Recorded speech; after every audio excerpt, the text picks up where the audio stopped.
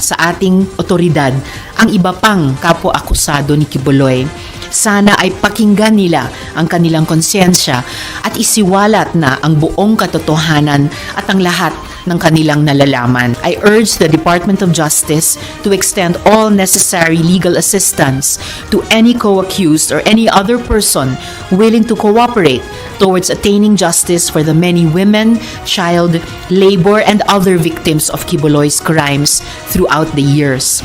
Dapat managot si Apollo Quiboloy at ang kanyang mga kasabwat sa kanilang pang-aabuso sa kababaihan, kabataan at iba pang vulnerableng miyembro ng lipunan. Sa pagkaalam ko, hindi pa siya nag-express ng intensyon na mag-cooperate pero pag-uusapan namin sa komite kung pwede nga namin siyang imbitahin given the circumstances. At susulat na po kami sa korte sa susunod na linggo. More than 1 hour nga pero hindi pa rin completely worth it. Hindi pa rin sulit na sulit dahil wala rin masyadong maraming bago.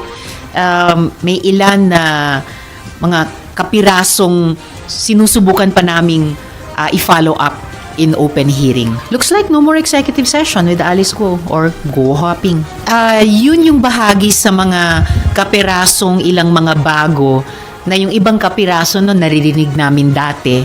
So, para maging mas sulit, mas worth it, yung time hindi lamang ng komite pero ng publiko na sumusubaybay dito sa huling pagdinig. Yun yung isang fina-follow up pa namin kung ano yung naging papel ng PNP Intelligence Group dito sa saga ni Guo Huaping at kung ano din ang maisasagot nila sa amin sa komite sa aming mga tanong. So kasama yon sa ilan sa importanteng huling itatanong at kukuhanan ng sagot ng komite sa last hearing.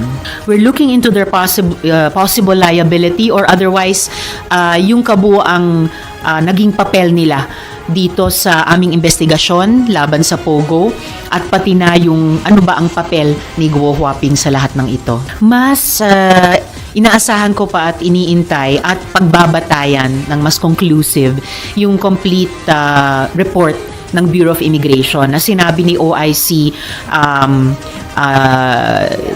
Viado kahapon na kukompletuhin pa nila. So hopefully within the next few days. Naniniwala ang bagong henerasyon kapag babayang inangat, buong pamilya aangat. Salamat sa DH, nakapag-aral ako at nagkaroon ng negosyo. Nakapagtrabaho ko at napag-aral ko ang mga kapatid ko. Marami kaming nabiing. Babaeng hinirang, babaeng hinahangaan. Iboto sa party list. Markahan number 53. DH Bagong Henerasyon.